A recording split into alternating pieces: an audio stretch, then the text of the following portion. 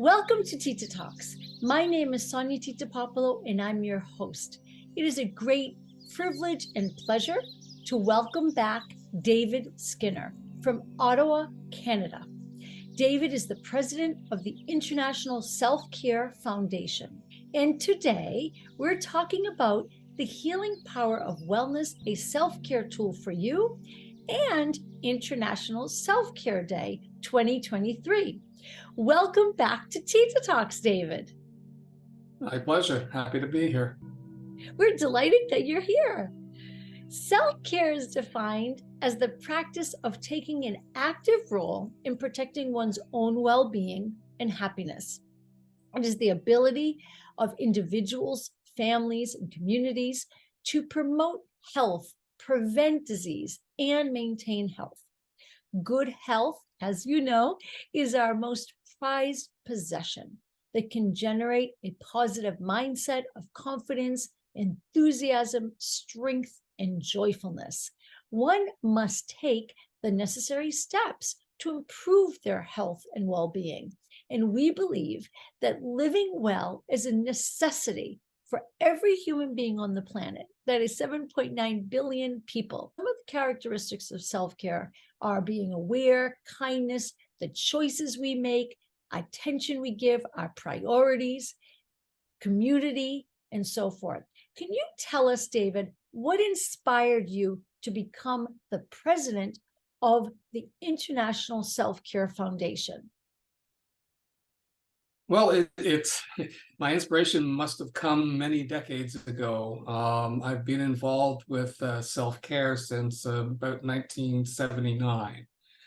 So I started my career back then advocating for self-care and advocating for people's ability to choose things that they have available to them that are safe, effective, etc., and will benefit their health, not just in terms of addressing ailments that exist, but preventative care, a big feature. And, you know, as time goes by, the whole nature of self-care's value kept evolving and more information became available. And I was involved with a number of research studies that looked at, well, quite frankly, all the aspects of the value of self-care to healthcare systems and individuals. That's quite frankly a very fascinating area for me. And so since my background was in research and then I managed to carry it through the rest of my career with a focus on self-care, it's been sort of a lifelong inspiration rather than, I never had an aha moment. I guess I more evolved than was a big bang. Right. And the International Self-Care Foundation has developed the 7 pillars of self-care. So let's talk about that. Can we walk through those 7 pillars? The one, the knowledge and health literacy, right? Sure. One of the things about the 7 pillars of self-care is it fits in extremely well with the totality of what people need to do to really optimize their ability to be well. Certainly, there's an opportunity for people to focus on maybe 1 or 2 of these pillars, and that's always good. Like you know, the journey of 1,000 miles starts with a single step. Right. And so when we look at the 7 pillars, it's not really a coincidence that the first pillar is knowledge and health literacy. Yes. Because that is so fundamental to be able to apply all of the other self-care activities in your life. It really is that front and center pillar. And by that, I mean, you know, health literacy. So we often talk, and IS talks about self-care literacy. And we know that there are many things that you can do to learn more about illness, about preventing illness, about staying healthy, and so on. But you don't have to do this journey on your own. Self-care is not just for the self-carer, but also for the people that they care for other people that care for them. And the self-care literacy aspect is really understanding that you can go out and get help in your self-care journey. You don't have to totally rely on yourself, and don't be shy. So building that knowledge base about what you can do, how you can do it, what resources are available to you. You can always ask pharmacists for information, your family doctor, families, members who have experienced similar things and maybe are embarking on a new healthy eating strategy. There are just many, many, many tools that enhance your knowledge and increase your self-care literacy. Mm. Yeah. That's kind of followed by the second pillar is mental well-being. And in a post-COVID environment, and while we're not really totally post, we are Yes. sort of geopolitically post. Right. There is a real residue of mental uneasiness, anything from severe anxiety to just minor mood disorders and so on. But mental well-being is pivotal to physical well-being.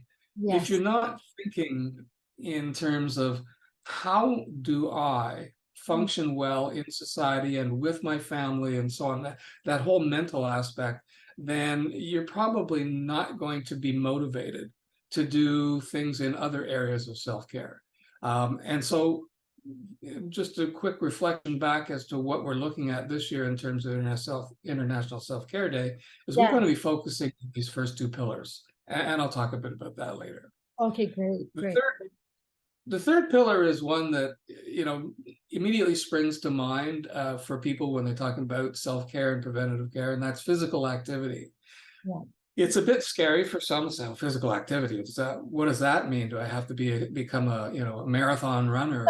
No, no. In fact, there's been plenty of studies that show that regular physical activity of any intensity is better than none whatsoever. And so for people that want to maintain sort of a healthy metabolism and good physical activity, it can mean something like just getting up and walking around for 5 minutes every hour or so. Don't sit at your desk all day long. Get out and take a little bit of fresh air in. Walking is one of the best exercises you can do for cardiovascular and overall health. You can support that with some lightweight or resistance training and so on. And you don't have to do this for hours a day, even just 2-3 times a week. So that whole notion of physical activity it's pivotal in all of the 7 pillars. But just like everything else we say, don't overdo it. It's the old adage that if a little is good, a lot is better. It's not always true. Yes. Yeah. and that we apply it, just carry that thinking over to the healthy eating pillar. Yes. Some people feel, well, I got to eat more healthy, and quite frankly, it's just small steps you need to take towards eating the right balance of foods, and knowing sometimes you have dietary allergies may prevent you from getting all the nutrients that you need, but you have self-care supplementing that is available to you to make sure that your overall intake of nutrients is well balanced and good, not overly caloric, but certainly we're not going to starve ourselves to death. Right. There's so much, there's so many resources available for how to eat healthy and enjoy it. Yes. It should not be torture. Exactly. But we get so many benefits from the food we eat. It's the old Greek philosopher who said, food is our best medicine. Yes, Socrates. Exactly. Yeah. But David, International Self-Care Day. It's celebrated, I love this, the 24th of July each and every year, and provides a focus and opportunity to raise the profile of healthy lifestyle and the 7 pillars, of course, and self-care programs around the world. The 24th of July was picked because that date numerically is 24/7. I love that. I love that. Yes. Yes, and that was kind of the motto. Self-care is a 24/7 activity. Yes. It should be mindful about it's an ongoing activity. It's not a one-shot deal. That was the inspiration for picking the date for International Self-Care Day. Okay, so so the inspiration for picking, and also it's to promote that self-care is just a vital part of our foundation of our health and well-being, period. Yes, right? yes. Yeah, yeah, And ISF is very grateful that the World Health Organization yeah. picked up on this, and the whole month of July is self-care month now. Oh, okay, wonderful. That's Yeah, excellent. Yes. it's So, certainly dedicating those kinds of things and having WHO yeah. support those initiatives gives a larger voice to self-care. So now that the World Health Organization has announced the self-care month, what's the theme? Is it self-care for all or? So glad you like that one, because now we've added a little bit of a tag for that. It's self-care Oh, for all by 2030. okay, great. It introduces more the self-carer Yes, aspect to this, and yes, then it says, okay, that while self-care is often focused on the self-carer, it yes, also affects those around them. yes. And it goes on to talk a bit more in details of Mm, how do we improve the environment for self-care. And right. there are many ways, but aside from the number one way is for individuals to adopt it at their own level. Okay. Um, then it's, you know, what kind of barriers do they encounter when they go out to try and practice self-care in a mindful way? And then when we're talking about self-care, it's really preventative practices, right? It's Yeah, preventative practices. there are basically, you have mental and physical well-being Yes, and emotional well-being. Although I usually put emotional a bit in between the mental and the physical. right. And And and spiritual, right? yeah, Yeah. take the totality of yourself, Yes. and then anything you do to care for it is by definition self-care. Our philosophy is that true self-care relies on 4 pillars of a healthy lifestyle. It's completely in alignment with your 7 pillars, and that's exercise, nutrition, rest, healing, and mindfulness meditation. And this is our formula for health, happiness, and longevity. When these 4 pillars are in alignment, we can achieve harmony and equilibrium. We asked you before, and I'll ask you today, what is your daily wellness routine and what self-care tools do you use? I want to share an excerpt from my book, Sonia's Ring, 11 Ways to Heal Your Heart. Physical and spiritual well-being is necessary for life and growth. It is what helps to keep us alive, maintains and nourishes love, faith, hope, perseverance, compassion, and kindness. All of this is available for you. So reach out and grab what is yours. Is there any particular message that you would like to make sure we communicate and share with our worldwide audience, David? I'm going to build a little bit on exactly what you were talking about physical and spiritual well-being necessary for life and growth. I mean, a lot of times we think of ourselves as, you know, in these little day-type compartments, and you know, it becomes a bit of a struggle sometimes. We can't look past today, and if we do, it looks scary. Yeah. And I think there's a real opportunity to, the more you make self-care a habit, the more confidence you feel, and the more you have the ability to kind of look forward and look forward to other times that things, if they're going but poorly today. You've had the experience of how good a day can be. And so you can look forward to living some of those days again.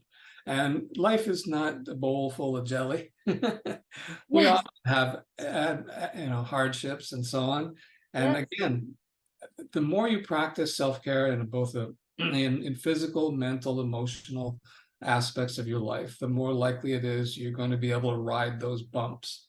So, you know, like a big ocean liner sits atop the wave crests and it doesn't move as much because it's got, people had experience in designing those, versus always, you know, being at the top or being at the bottom of the wave. It's you try and, you know, basically level out life's experience to make it a much more satisfying physical, mental, and emotional experience. Yes. Wow. Is that so, so true? David, how important is self-care literacy as relates to communicating this message to as many people possible? And what are you finding to be the best method to increase wellness and self-care literacy Yeah. I just wanted to ask you that before we. Sure. So self-care literacy it's one of those things that it's not been well defined historically, but we're getting Yes. better at it.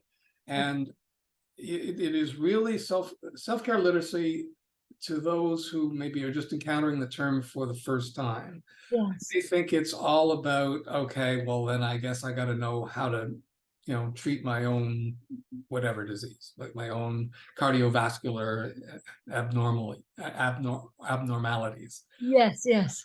It's not. And self-care literacy in its simplest form is just knowing that there is self-care assistance available, and then understanding the first step is to go get it. Right. The tools that are essential, again, the communication tools that are essential, is to let people know that they're not alone, that they do have access to different kinds of self-care tools. Yes. Second part is the trickier part is how and where to access good self-care advice. Right. Right.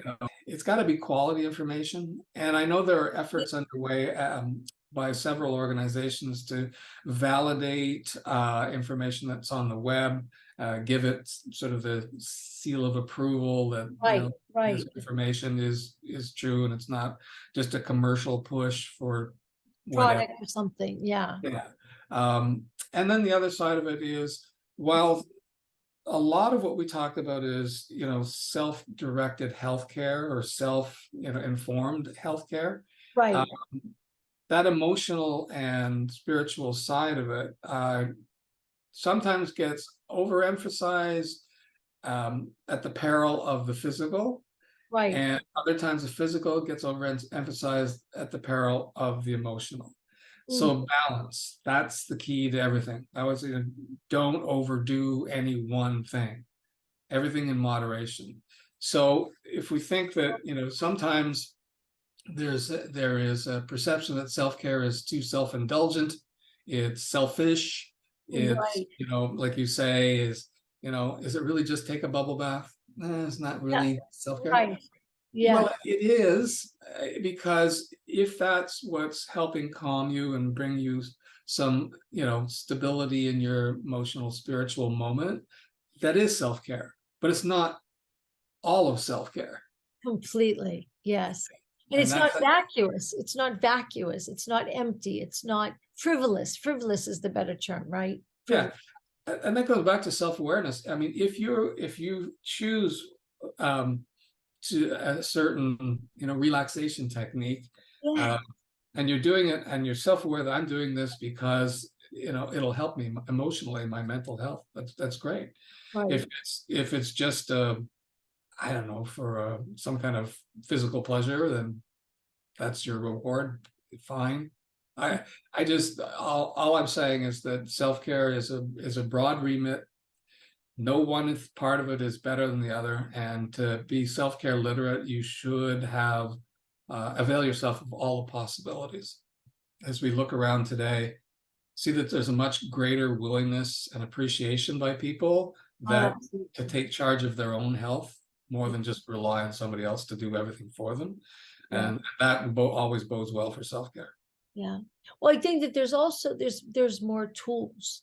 There's more tools available, more reliable tools, credible tools available, digital health tools available. So then I think that also goes together with people's desire and need and interest and so forth to embrace those tools and techniques, right?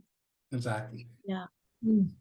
Thank you for joining us on TITA Talks. Thank you for discussing the healing power of wellness, a self-care tool for you, and International Self-Care Day 2023. For more information, please go to www.wellnessworldusa.com, www.titatalks.com, and follow us on Instagram at wellnessworldusa, at TITA Talks Official, at We Love TITA Talks, and at Sonia Tita Popolo. And for more information about International Self-Care Foundation, then please go to www.isfglobal.org and follow them on Instagram at ISF Global. Thank you so much, David. All right, thanks.